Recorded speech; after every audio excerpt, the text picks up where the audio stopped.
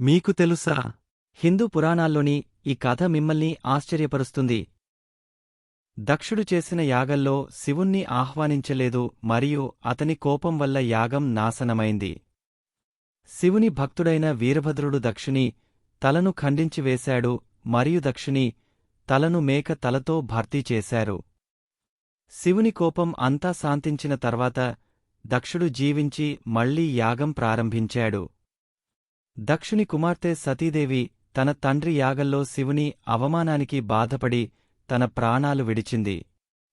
శివుడు సతీదేవిని శోకిస్తూ అడవులలో తిరిగాడు మరియు ఆమె మృతదేహాన్ని ఎప్పుడూ విడిచిపెట్టలేదు. శివుని ప్రేమ మరియు విరహం వల్ల సతీదేవి మృతదేహం నుండి శక్తి పీక్యాలు ఏర్పడ్డాయి. సతీదేవి మరియు శివుని కథ ప్రేమ మరియు విరహం యొక్క గొప్ప ఉదాహరణ. దక్షయాగం వల్ల జరిగిన అనర్థాలు మరియు నష్టాలు మనకు ఒక మంచి పాఠాన్ని నేర్పుతాయి. శివుని ప్రేమ మరియు శక్తిని గురించి మనం ఎల్లప్పుడూ గుర్తుంచుకోవాలి. ఇలాంటి తెలుగు పురాణ కథల కోసం సబ్స్క్రైబ్ చేయండి, బెల్ ఐకాన్ నొక్కండి.